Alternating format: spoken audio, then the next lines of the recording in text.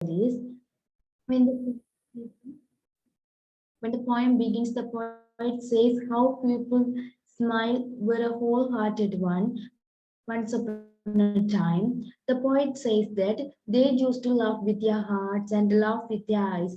This shows the honesty, sincerity, intimacy, and affection of the civilized people in the past.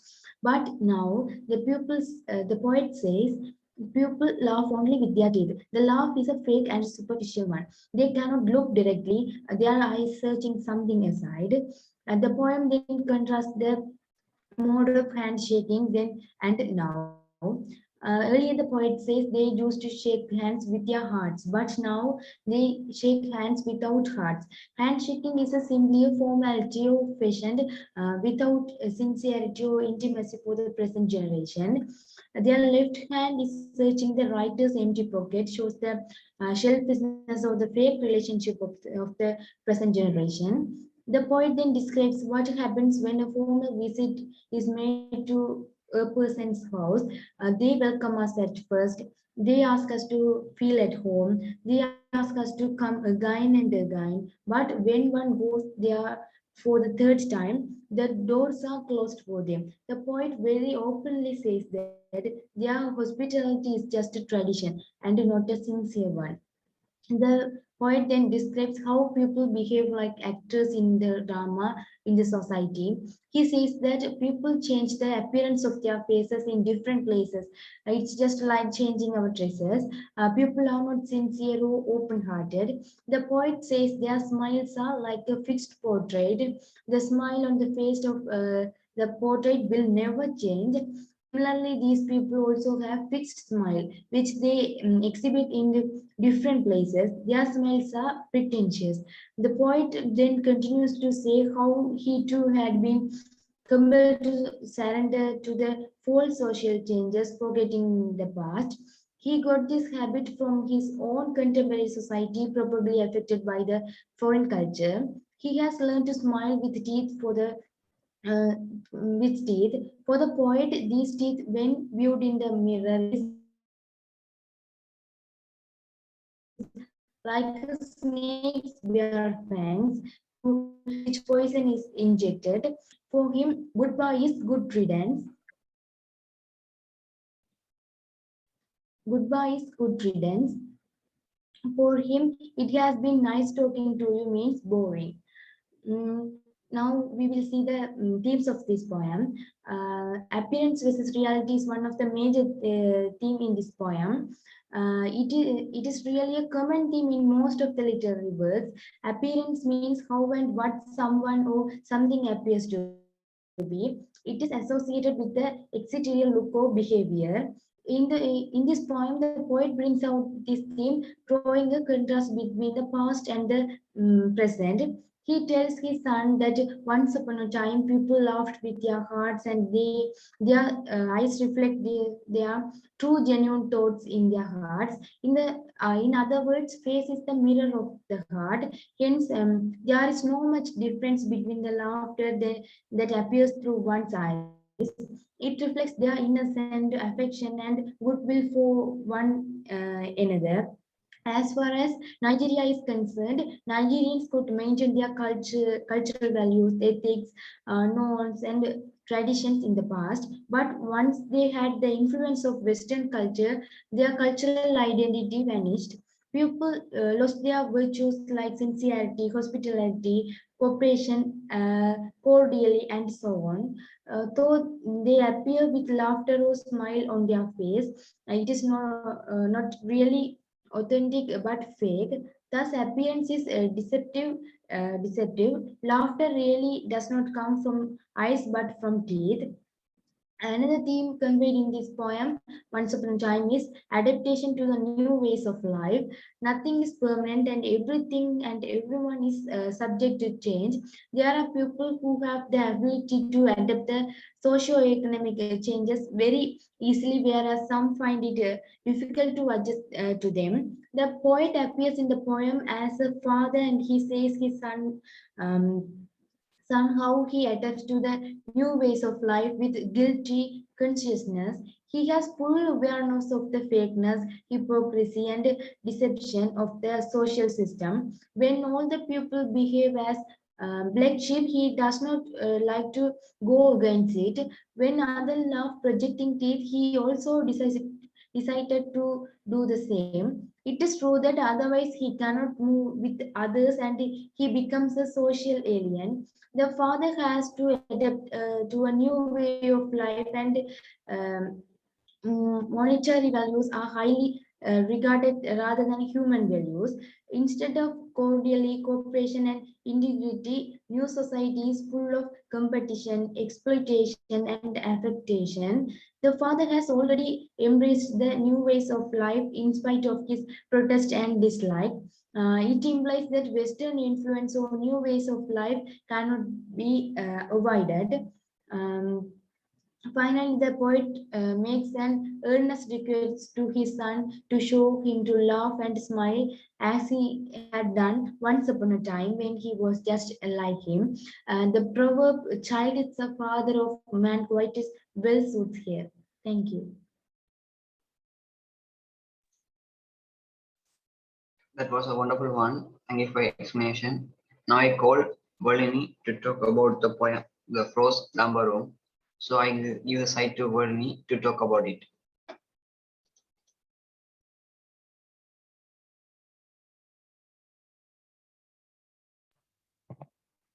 Good evening, everybody. Today, I would like to explain the short story "The Lumber Room." Actually, this short story was written by the writer Saki, and this poem is very much related to the poem "The Portrait of Simri." Of course, that poem is about to say about the leader who has no eligibility to lead the land, and this poem is about some people who are just exactly like this character of ant in this short story, who are not capable to raise kids.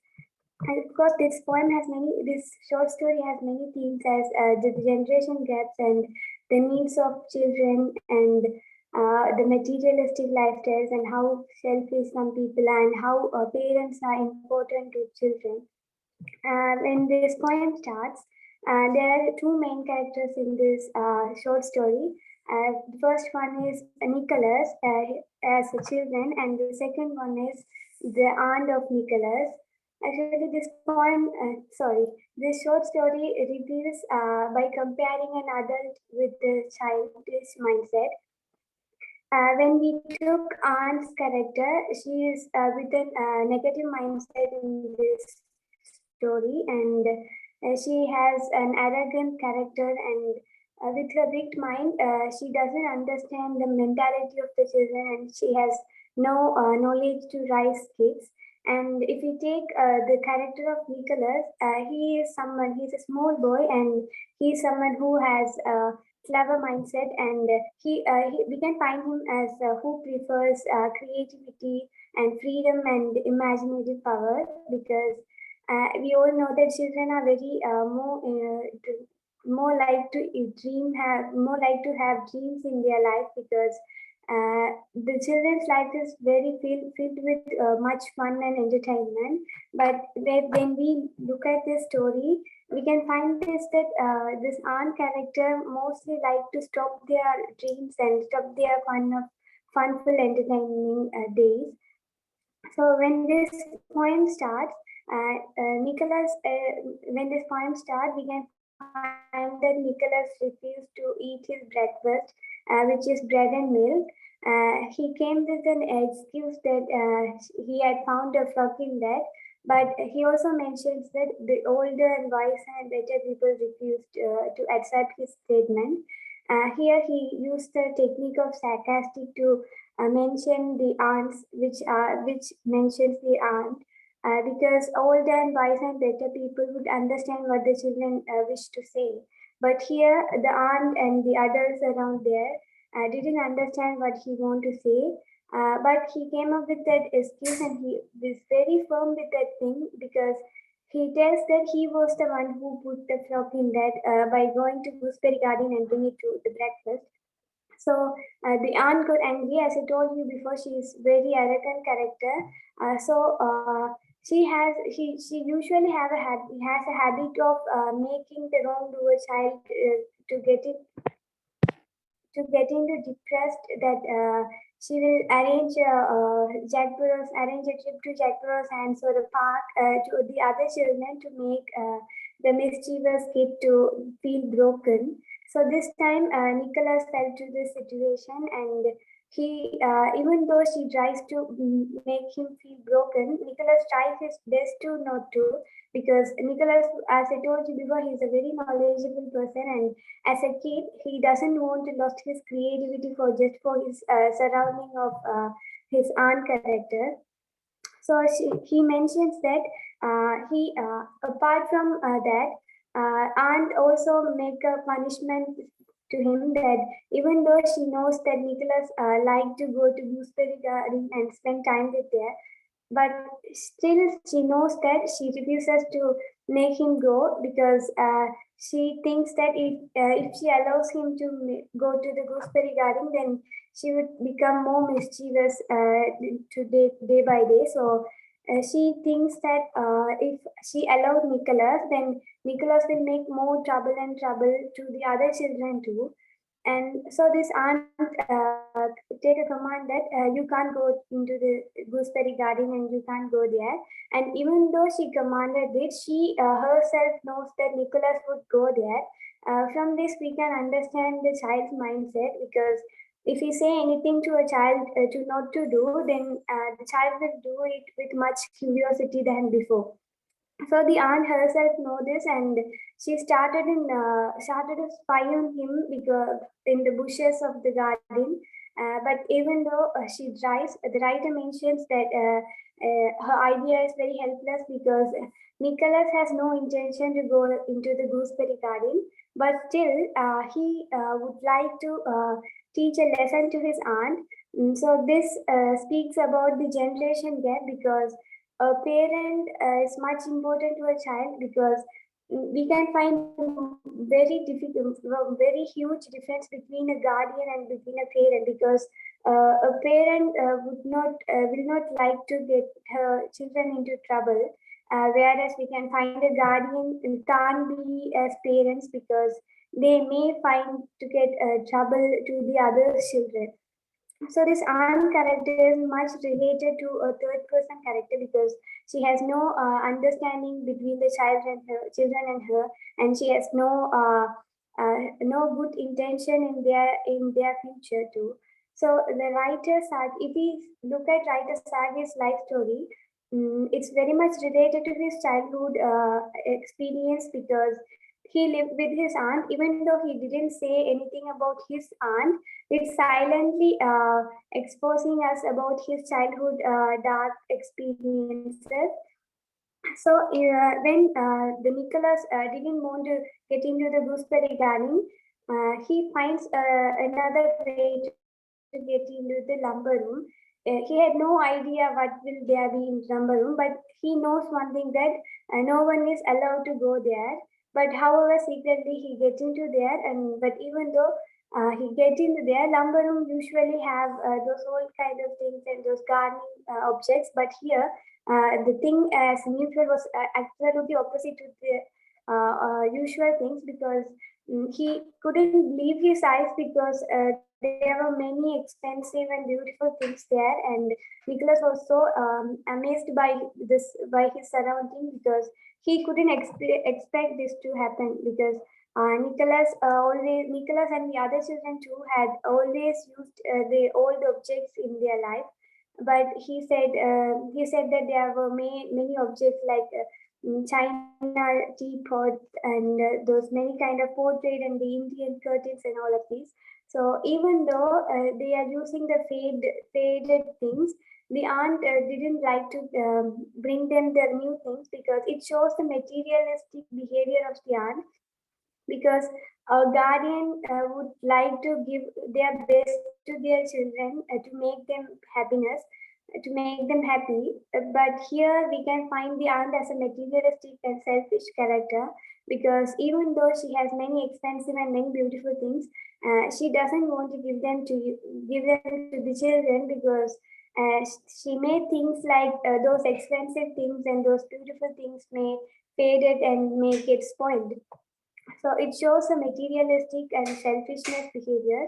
And if we find Nicholas' character, he's a he always would like to get into freedom and creative mind. If we see this lumber room session, we can find Nicholas as a more matured and more creative person.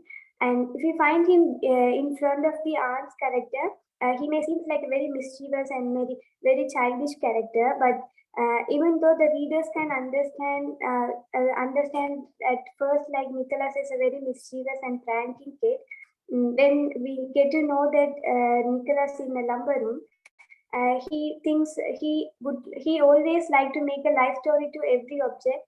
It shows a creative mind of every children because children's life is filled with fun and entertainment and dreams, but sometimes some children's life are going in a wrong way just because of their surrounding and their the natural environment of their guardianship.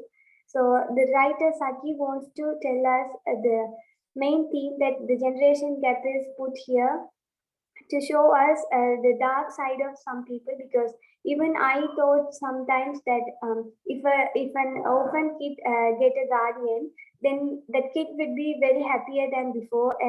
The kid would be feel very glad and happy than being in a children home. But we should know one thing, that even if an orphan kid is in the in the children home, and even if another kid orphan get adopted by a guardian, it doesn't mean that the guardian will look after for with very much good intention with their children, because some guardians are adopting children for just for the sake of their usefulness and their household works. So the writer wants to say these things too. And when we find Nicholas in the lumber room, while he was in the lumber room, he heard a shrill crying voice behind there, and he get to know that this is his aunt, and he consuming that he considered her aunt as she fell down in the empty water tank, and he goes there. But even though he goes there, we can find that Nicholas has no sympathy towards his aunt, because we all know that how she treated the Nicholas and the other children too, because she didn't expect to fell in the water tank. But we can notice the one thing that earlier she said that Nicholas can't get into the gooseberry garden, but now she fell into the water tank, and she must of course she want to have a ladder to get up from this water tank. So she asked, there was no one around, so she asked Nicholas to get into the gooseberry garden and bring the ladder. So as I told you before, Nicholas is a very mischievous and very creative child. So he takes this opportunity to make her take a revenge towards her. So he said that you are the one who said me to not to go get into the gooseberry garden, but now you are saying it. But I can't, I can't read the line of my aunt. Suddenly he speaks like a very moral kid.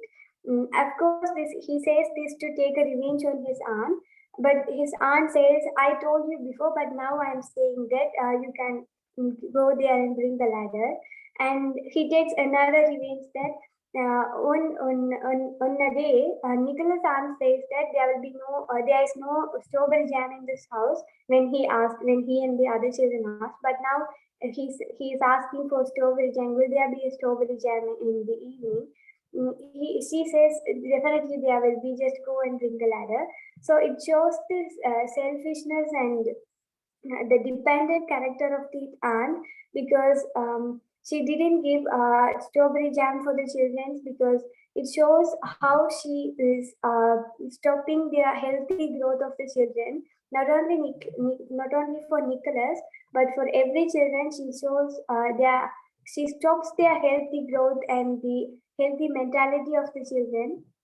So, and this short story takes another theme that on that time, of course, it still exists, but on that time, People had a strong belief on moral values, and this writer takes this through Nicholas because Nicholas aunt used to mention those moral values whenever a kid do something very mischievous. Of course, children's mischievous things are admirable, but still, this aunt says that you are an evil. The evil caused you to make those wrong things. Moral values, they say this and all of this. So it shows this moral values. We have to understand one thing, that moral values are created by elders, of course. It's created for children to make them to follow the right path, not for making them to force on one thing and to not to stop their creativity and their childishness behavior. But here the aunt views moral value in a wrong way. Of course, we can say that she abuses moral values and either the children too. So she says the evil crushed you. So Nicholas says the same thing, that my aunt will not allow me to have strawberry jam, or will not allow me to get into the gooseberry garden. But now you are saying this, so I can confirm that you are not my aunt, and you are the evil crushed you, and you are not my aunt. So it shows that how the child Nicholas character is very much adorable to take revenge on the right time. So, and finally, this writer Sagi ends the story in a mysterious way, like in the evening supper there's strawberry jam, and but still. Nicholas didn't care for anything towards his aunt, just because she felt that she didn't have any sympathy towards her. He's still thinking about the old portrait that was in this lumber room, and he was thinking about the huntsman. So it shows that even though his surroundings are not good to his creativity, even though the place where he's living is affecting his mentality, he didn't forget to make his creativity exist, because of course a usual child would get broken and it will cry in the corner of the wall, but Nicholas doesn't seems like a child in that type. So by this, the Saki may come with he of course he comes with many themes like a generation gap and adults versus children's mentality, and the materialistic lifestyles, and the two caretakers. Of course, a caretaker, of course, it will be a parent. None of them can be parents, and of course, grandparents are still exist, but if we come to a parents topic, of course, even though some people have a true careful guardians, a parent is the only one who can think of full of good intentions towards their children. Even they can sacrifice their happiness and their life for their children, for the sake of their children's life. So the writer Saki comes up with many things as including his childhood experience too. We can feel his own experience towards these lines, because the writer would definitely include some of his feelings in whatever he writes. So this short story reminds many incidents which will happen in some children's life. And thank you for hearing.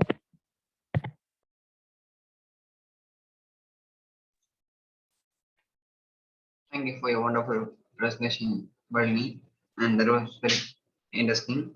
And I next call Banyan to talk about the poem Pure to Bonus Secondary. I give the side to Banyan to talk about it.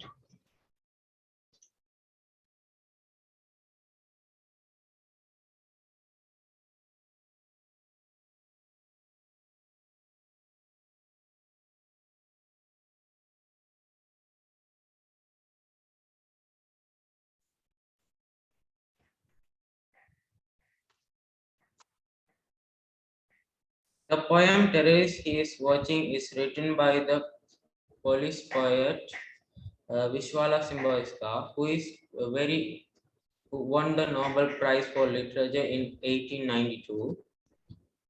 The title Terrorist He is Watching is very suggestive because it doesn't tell about the bomb explosion or any other violence, just tells us about the terrorist who is watching the scenery something else.